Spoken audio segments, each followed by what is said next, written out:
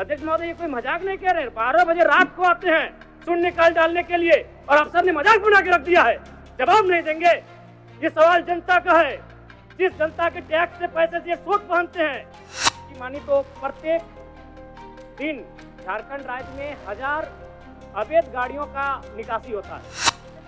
एक बालू गाड़ी 3-4 थाना क्षेत्रों से पार होता है और कोई थाना प्रभारी ऐसा नहीं है जिसका मंथली पर महीने का इनकम 3 लाख से 5 लाख रुपए केवल अवैध बालू से हो रहा है। इसको भी झूठ मत कहिएगा। अखबार में दिया था कि जैक ने 35% 10th और इंटर का शुल्क बढ़ाया। मैट्रिक का शुल्क था 980, शुल्क कर दिया गया 1180। इंटर का शुल्क था 1100, शुल्क कर दिया गया 1400।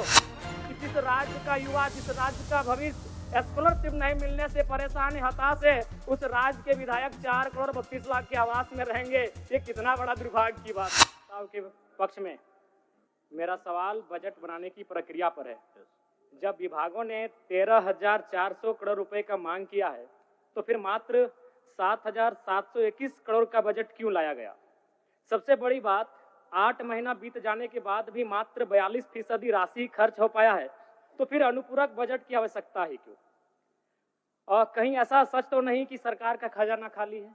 और यदि सरकार का खजाना खाली है तो सरकार राजस्व प्राप्त करने के लिए क्या कर रही है? अध्यक्ष महोदय, जमीन की रजिस्ट्री में करोड़ों अरबों का राजस्व हानि हो रहा है। किसी जमीन की कीमत यदि 1 करोड़ होता है तो कागज में दिखाया जाता है 25 लाख।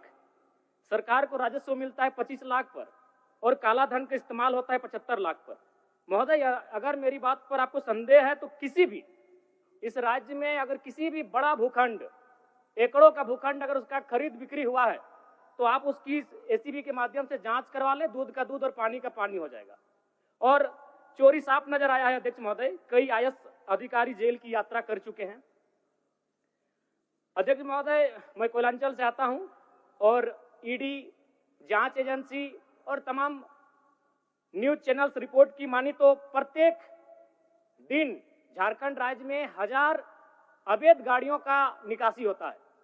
यदि एक कोयले की गाड़ी में 50 टन कोयला मान ले और 1 टन का मूल्य अगर 5,000 रुपए मान ले तो 25 करोड़ रुपए एक दिन का होता है।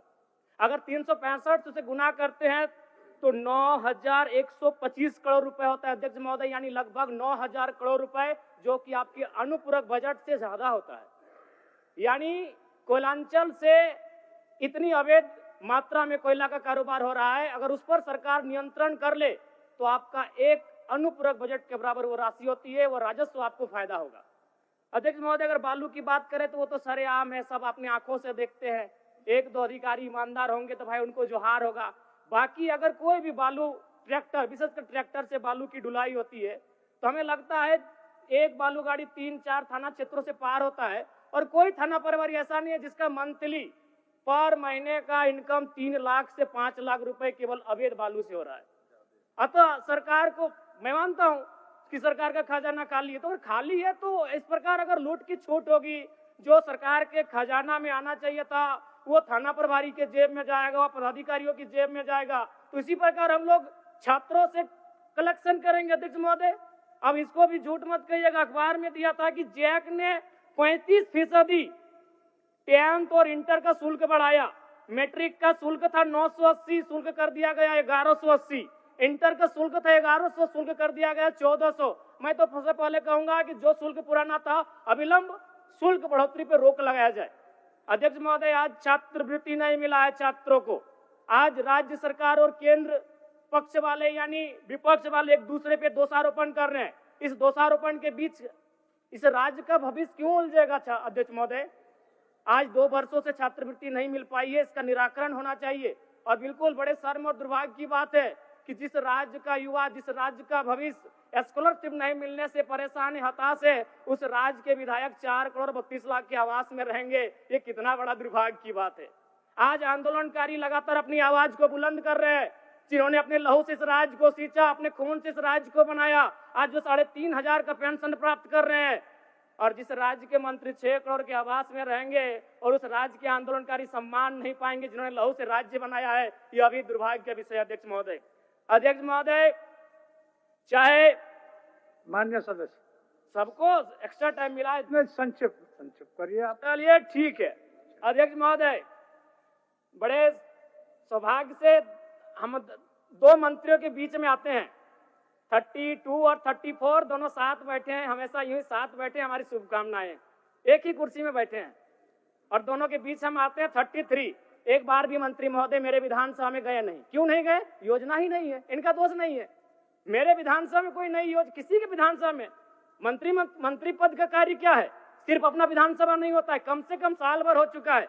एक विधानसभा तो इनको विजिट करना चाहिए था, अपने पड़ोस के जिले को तो विजिट करना चाहिए था। तो ये तो सच्चाई है अध्यक्ष महोदय। दूसरी बात, आलिम फाजिल की परीक्षा जैक द्वारा संचालित होती है, किंतु वर्तमान में सहायक आचार्य की नियुक्ति में प्रमाण पत्र की वैधता को खत्म कर दिया गया है। और सबसे महत्वपूर्ण बात अध्यक्ष महोदय, जैसा कि अखबार के माध्यम से हम सभी ने पढ़ा कि विभाग सवालों का उत्तर नहीं दे रहा है। अध्यक्ष महोदय, शून्यकाल में कल रात्रि 12 बजे नीरा मैडम और मंगल कालिंदा का झगड़ा हो गया। एक दिन राजा साहब और हमारी गाड़ी का टक्कर हो जाता, इतना रफ्तार में आए, बोले कि राजा साहब को तो शून्यकाल डालने नहीं देंगे, इनसे पहले हम जाएंगे। अध्यक्ष महोदय, ये कोई मजाक नहीं कह रहे। 12 बजे रात को आते हैं शून्यकाल डालने के लिए और अफसर ने मजाक बना के रख दिया है, जवाब नहीं देंगे।